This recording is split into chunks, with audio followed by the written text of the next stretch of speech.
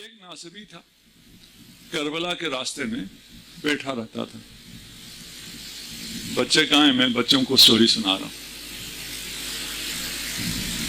جو بھی وہاں سے زائر گزرتا تھا اس کا قتل کرتا تھا کہ یہ شرک کرنے جاتے ہیں اور میں بہت بڑی عبادت کر رہا ہوں، میں شرک کو ختم کر رہا ہوں، شرک کو روک رہا ہوں. ایک بزرگ وہاں سے گزرے، یہ بیٹھا ہوا تھا. اس نے پوچھا ہاں کہاں جا رہے ہو؟ کہا تم کیسے بیٹھے ہو؟ کیا میں یہاں شرک کا قمع کرنے کے لیے بیٹھا ہوں، میں شرک ختم کرنے میں. تو تم شرک کیسے ختم کرتے ہو یہاں بیٹھ کے؟ میں یہاں سے لوگ شرک کرنے کربلا جاتے ہیں، جو یہاں سے گزرتا ہے کربلا جانے کے لیے اسے میں قتل کر دیتا ہوں. بزرگ نے کہا جاؤ درخت میں کے پیچھے نیچے بیٹھے چھاؤں میں. کچھ روٹیاں تھی، اسے روٹیاں کھلائی. آواز پیچھے تک آ رہی ہے تو میں زور نہ لگاؤں. آ رہی ہے. صلوات پڑھ دیں محمد و آل محمد.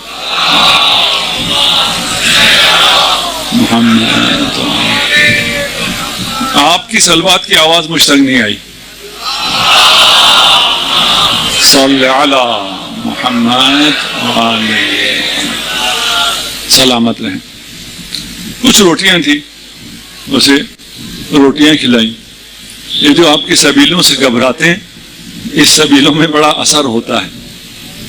آپ پانی پلاتے ہیں، شربت پلاتے ہیں، روٹی کھلاتے ہیں، اس میں بڑا اثر ہوتا ہے. روٹی کھلائی اسے اور اسے کہا کہ بزرگ ہوں میں، تمہیں ایک حکایت سناتا ہوں، کہانی سناتا ہوں.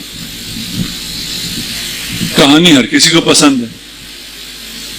اگر آپ کو یاد ہو تو عبداللہ ابن زبیر نے بھی کہانی سننے کے لیے کہا تھا نا کہ وحی کی کوئی کہانی مجھے سناؤ. وہ کہانی بعد میں اسلام کی روایت بن گئی. اس نے کہا ایک بادشاہ تھا، شکار کے لیے نکلا. اچھا یہ کہانیاں بچے جو سن رہے ہیں یہ ساری کہانیاں ہی ہوتی ہیں کہ آپ کو انٹرٹین کرنے کے لیے، حقیقت کچھ نہیں ہوتا ہے. لیکن ان کے جو مورلز ہوتے ہیں اس میں حقیقت ہوتی ہے. ایک بادشاہ تھا، شکار کے لیے نکلا. اسے ایک ہرن نظر آیا. اس نے اپنے سپاہیوں سے کہا تم اب اس ہرن کے پیچھے نہیں آؤ گے، اسے میں اکیلا شکار کروں گا. تو اس ہرن کے پیچھے گیا. ایک وزیر بھی اس کے پیچھے چلا. خیر ہرن تو انہیں نہیں ملا، راستہ بھی یہ گم کر بیٹھے. ایک بادیہ نشین کے پاس پہنچے. عربوں میں یہ رسم ہے، وہ 3 دن تک نہیں پوچھتے کہ تم ہو کون. مہمان ہے، حبیب خدا ہے، اس کی پذیرائی کرتے ہیں، ضیافت کرتے ہیں. 2 آدمی آئے. اس بادیہ نشین کے پاس کل 3 بکریاں تھیں. پہلے دن اس نے ایک بکری ذبح کی، ان کو کھلائی.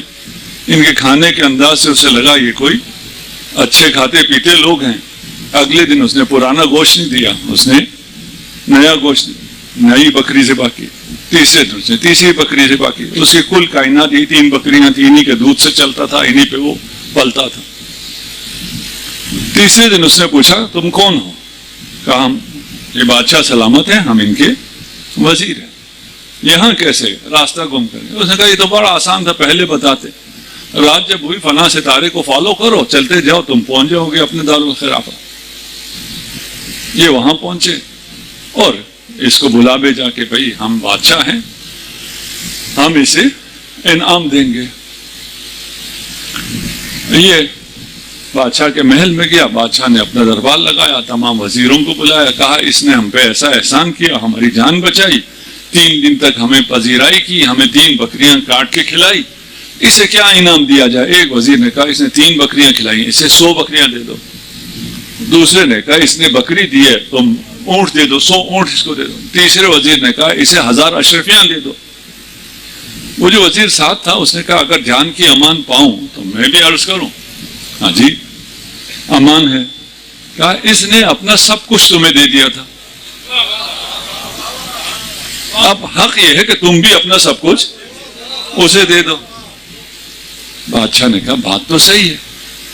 اس نے اس چرواہے کو اپنا تاج پہنا دیا، اپنا تخت دے دیا. بادشاہ نے اس چرواہے نے کہا بادشاہ سلامت، یہ بادشاہی کرنا یہ میرا کام نہیں ہے، یہ آپ ہی بادشاہ رہے. آپ نے یہ جو میری عزت کی ہے یہی میرے لیے بہت ہے. وہ جو شرک کو ختم کرنے بیٹھا تھا، اسے کہانی میں تو مزہ آتا ہے. اس نے بھی بڑے دلچسپی سے سنی، جیسے آپ بچے کہانی سن رہے تھے. تو اس نے کہا مسئلہ یہ ہے کہ یہ کہانی تو ایسے ہی تھی، جیسے میں نے پہلے کہا تھا یہ کہانیاں ایسے ہی ہوتی ہیں، ایک سچی کہانی بھی ہے. سچی کہانی کیا ہے؟ کہا اس کہانی میں اس شخص نے اپنا سارا مال دیا تھا، لیکن ایک سچی کہانی اور ہے جس میں ایک شخص نے بادشاہ کے لیے اپنا سارا مال بھی دیا، اپنی جان بھی دی، اپنا کنبہ بھی دیا، اپنی عزت بھی دی، اپنے خواتین بھی دی، اپنا سب کچھ اس بادشاہ کی راہ میں دے دیا. کہا پھر اس بادشاہ نے کیا کیا؟ کہا اس بادشاہ نے کہا کہ میں تیرا ذکر قیامت تک قائم رکھوں گا.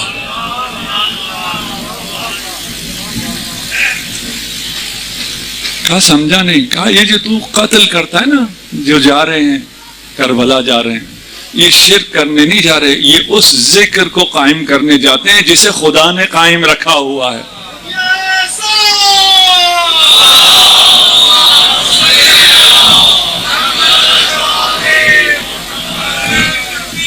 اللہ اکبر.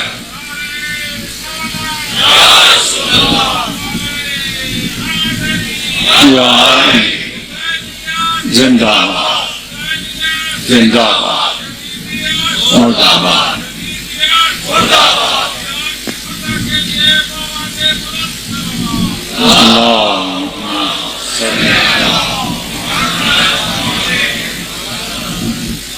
فتح تو ہو چکی ہے، فتح کی خوشی میں بے آواز بلند صلوات.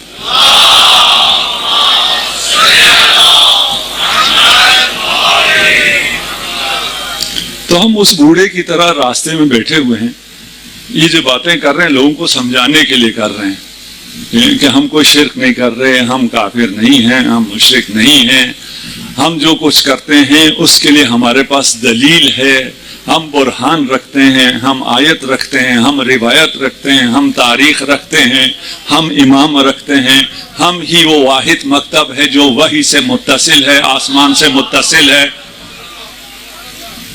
بس اس کو سمجھانے میں اگر کوئی ناراض ہو جاتا ہے، کوئی آ جاتا ہے، اور الحمدللہ بہت سے لوگ آ رہے ہیں، بہت سے لوگ آ رہے ہیں، یہاں بھی آ رہے ہیں اور نہ جانے کہاں کہاں سے آ رہے ہیں. یہ جو سینکڑوں لوگ آ رہے ہیں، ان میں سے اگر صرف ایک کے آنے پر مجھے اپنی جان دینی پڑے، میں حاضر ہوں. اس جان کی قیمت کیا ہے؟ یہاں مجھے بھی اچھا لگتا کہ میں یہاں کوئی گفتگو کروں اور یہاں کوئی ناراض ہو. ویسی جب ہماری گفتگو سے لوگ ناراض ہوتے ہیں، گالی دیتے ہیں، مجھے وہ گالی بہت اچھی لگتی ہے. یہ واحد وہ گالی ہے جو مجھے بہت اچھی لگتی ہے، کیونکہ اس کا میں نے کچھ نہیں بگاڑا، میں اس کو جانتا بھی نہیں ہوں، نہ میں نے اس کو کوئی نقصان پہنچایا. یوں مجھے صرف اس لیے گالی دیتا ہے کہ اس کے حساب سے میں اہل بیت کا دفاع کر رہا ہوں.